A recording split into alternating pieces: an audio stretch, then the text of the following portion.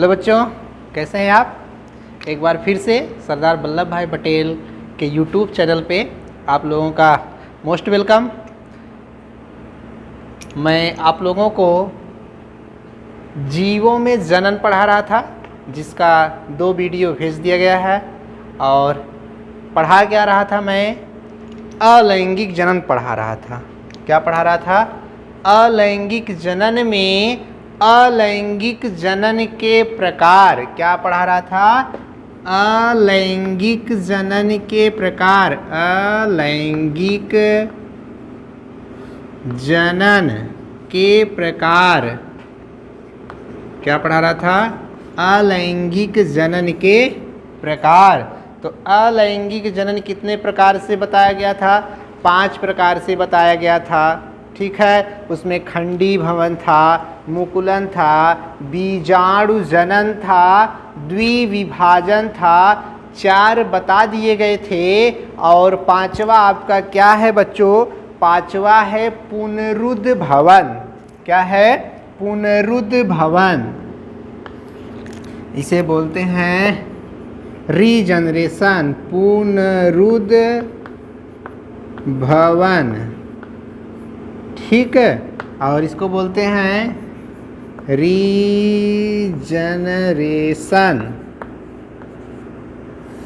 पुनरुद्ध भवन। तो पुनरुद्ध भवन किसे कहते हैं? किसी जीव के कटे हुए भाग, किसी जीव के कटे हुए भाग नए संतान के रूप में बन जाते हैं या नए संतान बन जाते हैं, उसी को हम पुनरुद्ध भवन कहते हैं। यहाँ पे लिख दे रहे हैं, किसी जीव के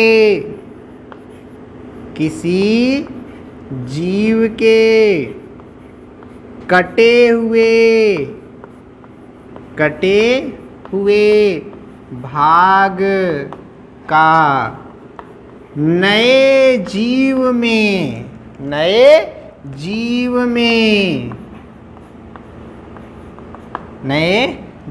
में बनना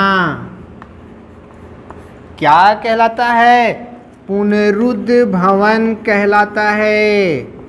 पुनरुद्ध भवन कहलाता है। ओके, ठीक। किसी जीव के कटे हुए भाग का नए जीव में बनना पुनरुद्ध भवन कहलाता है। कोई जीव है, उसका कोई भाग कट जाता है, कटने के बाद कटा हुआ भाग एक नया जीव बन जाता है, उसी को क्या कहते हैं? पुनरुद्ध भवन कहते हैं। ओके, तो पुनरुद्ध भवन सबसे ज़्यादा किस में होता है बच्चों? प्लेनेरिया में है। एग्जाम्पल यहाँ दिखा देंगे बच्चों। एग्जाम्पल जैसे प्लेनेरिया। क्या है? प्लेनेरिया। और एग्जाम्पल हमको देना है तो अमीबा। क्या दे देंगे? अमीबा। और क्या दे सकते हैं? तो और का मतलब प्रोटोजोआ के जीव जो होंगे वो क्या होंगे? पुनरुद्ध भवन की क्षमता रखते हैं। लेकिन कभी पूछता है कि किस जीव में सबसे ज़्यादा पुनरुद्ध भवन की क्षमता होती है? ये CPMT लेवल के क्वेश्चन हैं। तो सबसे ज़्यादा पुनरुद्ध भवन की क्षमता किस जीव में होती है? प्लेनेरिया में होती है। ओके, अब प्लेनेरिया में कैसे होती है उसको हम स्ट्रक्चर के माध्यम से बताते हैं। यहाँ देख लीजिए, स्ट्रक्चर यहाँ बना दे रहे हैं। तो प्लेनेरिया देखे होंगे, देखे हैं। प्लेनेरिया का स्ट्रक्चर ऐसे होता है बच्चों। यहाँ देख लीजिए, ये ऐसे प्लेनेरिया का स्ट्रक्चर होता है, ये ऐसे होता है। देखे हैं कभी यह स्ट्रक्चर? देखे होंगे तो याद होगा। यह है प्लेनेरिया। क्या है? प्लेनेरिया है। यहाँ इसमें मैटर भर दीजिए।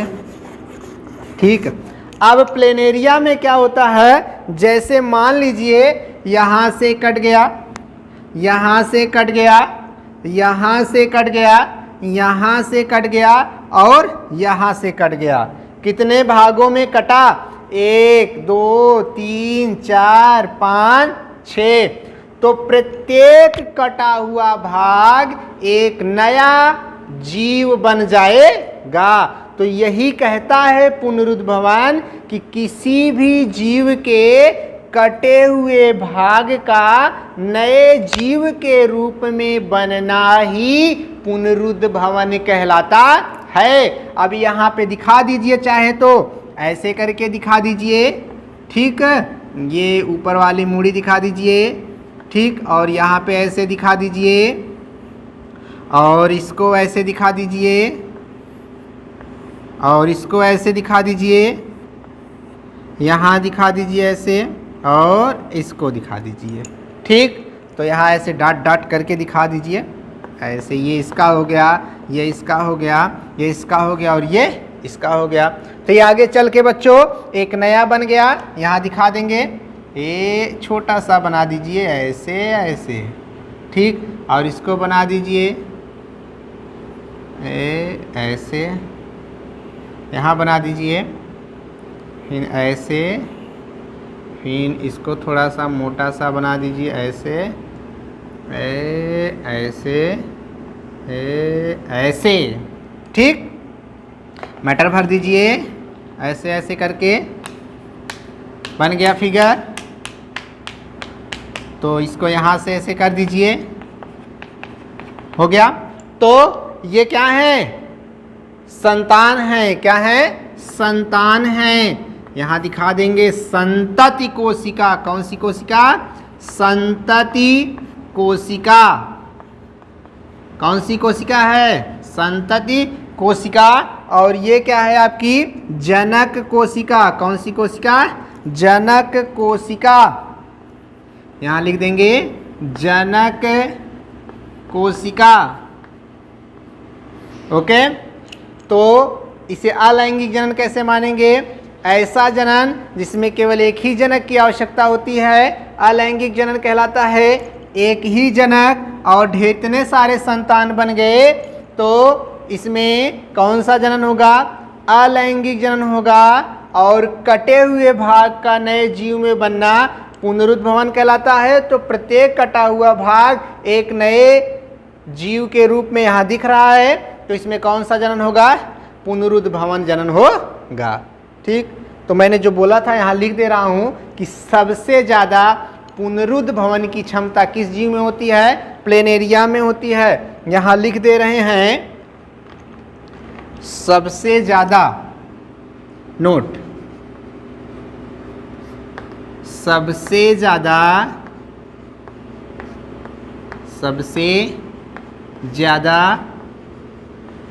पुनरुद्भवन की क्षमता प्लेनेरिया में होती है। किसमें होती है? प्लेनेरिया।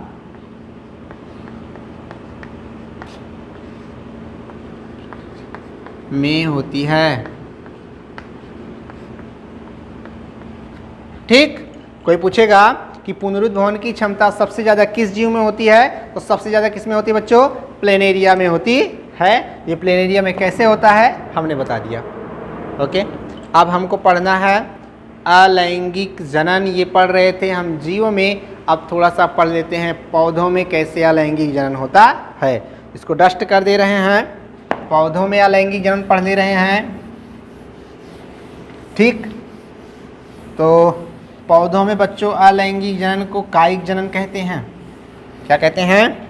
कायिक जनन कहते हैं। पौधों में अलैंगिक जनन, पौधों में अलैंगिक जनन, अलैंगिक जनन, इसे क्या बोलते हैं बच्चों? Asexual, ASEXUAL, asexual reproduction in plant. तो अब हम जानेंगे कि पौधों में अलैंगिक जनन कैसे होता है। तो पौधों में अलैंगिक जनन बच्चों यहाँ लिख देंगे पहले नोट। क्या लिख देंगे? नोट। पहला पॉइंट लिखेंगे बच्चों, पौधों में, किसमें? पौधों में अलैंगिक जनन को, अलैंगिक जनन को क्या कहते हैं? कायिक। क्या कहते हैं? कायिक जनन कहते हैं। क्या कहते हैं? कायिक जनन कहते हैं। ठीक, तो यहाँ पे बताया गया पौधों में अलैंगिक जनन को कायिक जनन कहा जाता है। कायिक जनन को बच्चों इंग्लिश में क्या बोलते हैं? विजेटेटिव रिप्रोडक्शन। क्या बोलते हैं? विजेटेटिव, TIVE, विजेटेटिव रिप्रोडक्शन। ओके, अब कायिक जनन किसे कहते हैं यहां लिख दे रहे हैं। दूसरा पॉइंट आप डाल दीजिए यहाँ पे, कायिक जनन। कौन सा जनन? कायिक जनन लिख दे रहे हैं।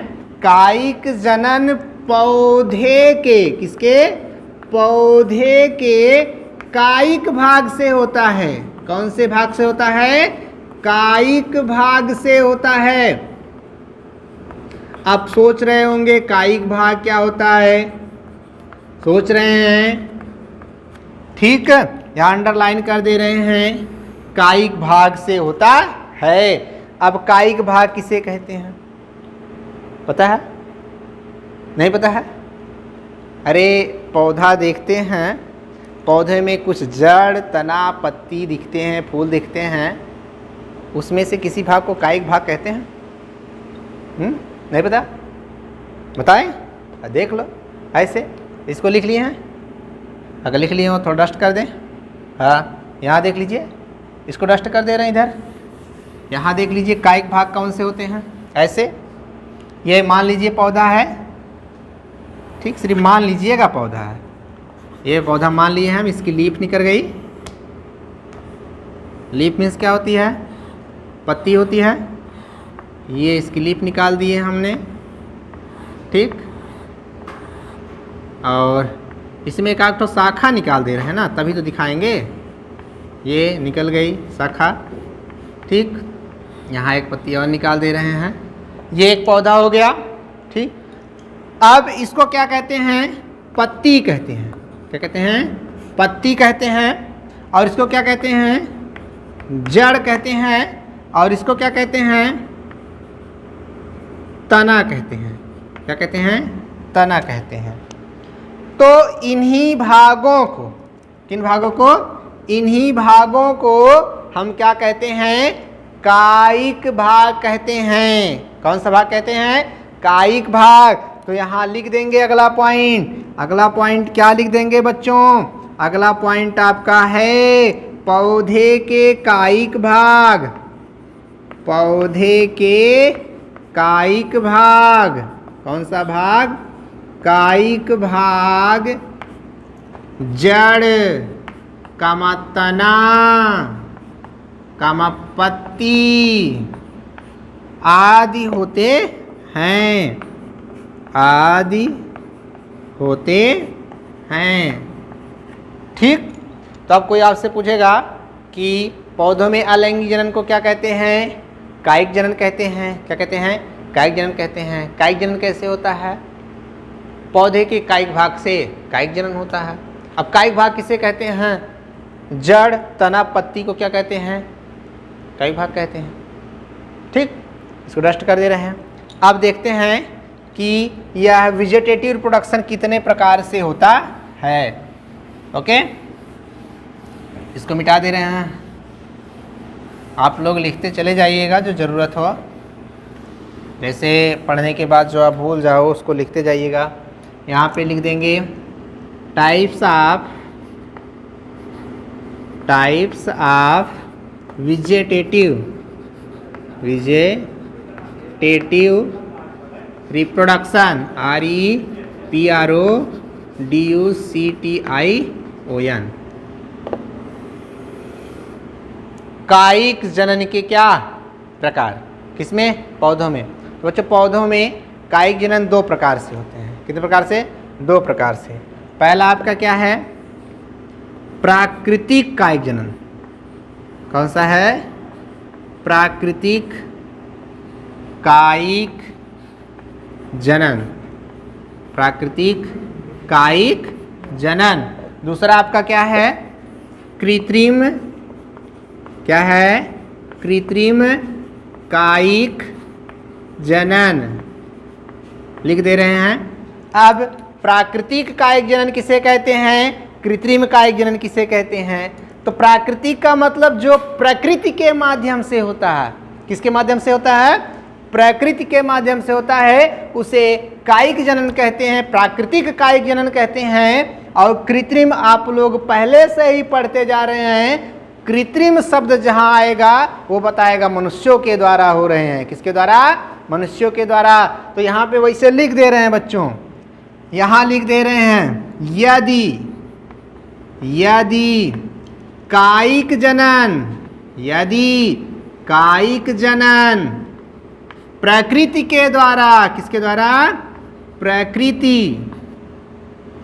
प्रकृति के द्वारा होता है, प्रकृति के द्वारा होता है, तो उसे क्या कहते हैं? प्राकृतिक कायिक जनन कहते हैं। हो गया। अब अगर कृत्रिम कायिक जनन पूछेगा तब क्या बताएंगे? यहां लिख देंगे बच्चों, यदि कायिक जनन, कौन सा जनन? कायिक जनन किसके द्वारा हो? प्रकृति के द्वारा ना हो के मनुष्यों के द्वारा हो। किसके द्वारा? मनुष्यों के द्वारा। यदि कायिक जनन मनुष्यों के द्वारा होता है, के द्वारा होता है, तो उसे क्या कहते हैं? कृत्रिम कायिक जनन कहते हैं। समझ में आया? अब कायिक जनन का अगर हमें उदाहरण देखना है तो यहाँ पे दिखा दे रहा हूँ मैं। इसका एग्जाम्पल है, इसका एग्जाम्पल है बच्चों, जैसे आलू, अदरक, आलू, अदरक। और इसका एग्जाम्पल क्या है? इसका एग्जाम्पल लिख सकते हैं कृत्रिम कायिक, जैसे गन्ने को लगाना, गन्ने को बोना, लगाना, लगाना, ठीक। गुलाब को लगाना, गुलाब को लगाना, ठीक। तो गन्ने को क्या करते हैं हम? अपनी विधि के द्वारा उसको काट के उसके एक एक टहनी को क्या करते हैं? लगा देते हैं तने को, और वही तना विकसित होकर एक नया गन्ना बन जाता है। तो वो हम लोग करते हैं, इसीलिए उसे कृत्रिम कायिक जनन कहते हैं। और ये आलू, अदरक देखते हैं, आलू में से आलू, आलू में से आलू, ऐसे चलते हैं ना, उसमें कुछ हम करते हैं? नहीं करते हैं। तो वो किसके द्वारा वृद्धि हो रही है? प्रकृति के द्वारा वृद्धि हो रही है। इसीलिए उस प्रकार के जनन को क्या कहते हैं? प्राकृतिक कायिक जनन कहते हैं। समझ में आया? अब वैसे प्राकृतिक कायिक जनन और कृत्रिम कायिक जनन बहुत बड़ा है, लेकिन आपके सिलेबस से क्या किया है? निकाल दिया है। तो आपका ये पहला चैप्टर क्या हो गया? ख़त्म हो गया। इसमें जो वैसे या लैंगिक जनन सिलेबस में तो नहीं था, लेकिन अगर इसको नहीं जानेंगे तो अगला चैप्टर समझ में नहीं आएगा। इसलिए इस चैप्टर को क्या किया गया? बताया गया। अब कल से अर्थात अगले वीडियो में मैं आपसे मिलूँगा पुष्पी पादपों में लैंगिक जनन, अर्थात पुष्पों में लैंगिक जनन कैसे होता है। तो कुछ लोगों को पता भी होगा पुष्प में नर और मादा जननांग होते हैं, और उसमें कौन सी क्रिया होती है? परागण की क्रिया होती है। तो ये सब आप पढ़ चुके हैं, तो यहाँ पे नहीं, अगले वीडियो में मैं आपसे मिलूँगा पुष्पी पादपों में लैंगिक जनन लेके। तो आज के लिए इतना काफ़ी है। वीडियो देखने के लिए बहुत बहुत धन्यवाद।